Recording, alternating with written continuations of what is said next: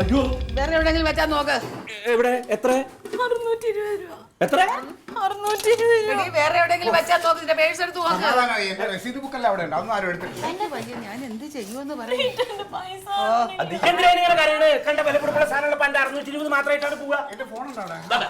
ഈ വില പിടിച്ച ഫോൺ വരെ കൊണ്ടുപോയിട്ടില്ല, പിന്നെ അങ്ങനെ കാശ് കൊണ്ടുപോയി. എന്റെ പൈസ കാണാനില്ല. ശരി, അത് വേറെ എവിടെയെങ്കിലും വെച്ചിട്ടുണ്ടാവും. ഞാൻ ഇതിനകത്ത് പൈസ വെക്കണം. നീ എന്തിനാ അതിനകത്തോട്ട് പൈസ വെക്കണേ? പറഞ്ഞ അമ്മ എന്റെ പൈസ പോയി.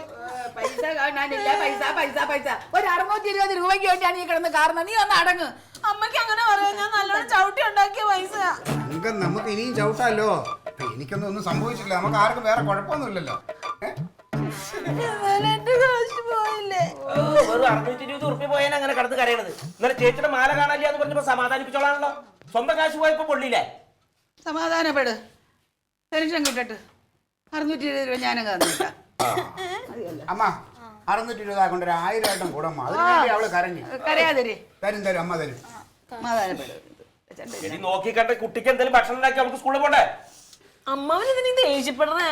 സമാധാനത്തിൽ പറയാനറിഞ്ഞൂടെ? സമാധാനത്തില് രാവിലെ തന്നെ ഓരോന്ന് വിളിച്ചു പറഞ്ഞിട്ട്. എന്നാലും ഞാൻ ആലോചിക്കുകയായിരുന്നു, ഈ 620 രൂപ ആലോചിക്കണവൻ വാതിലും തുറന്ന് മരത്തിട്ട് വന്ന് കടന്നുറങ്ങിട്ട് പൊന്നാനം പറയാൻ നിൽക്കവൻ.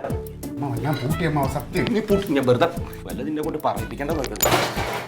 നീ പിന്നെ തുറന്നോടി ആവശ്യത്തിന്. ആരെടുക്കാൻ പോയി?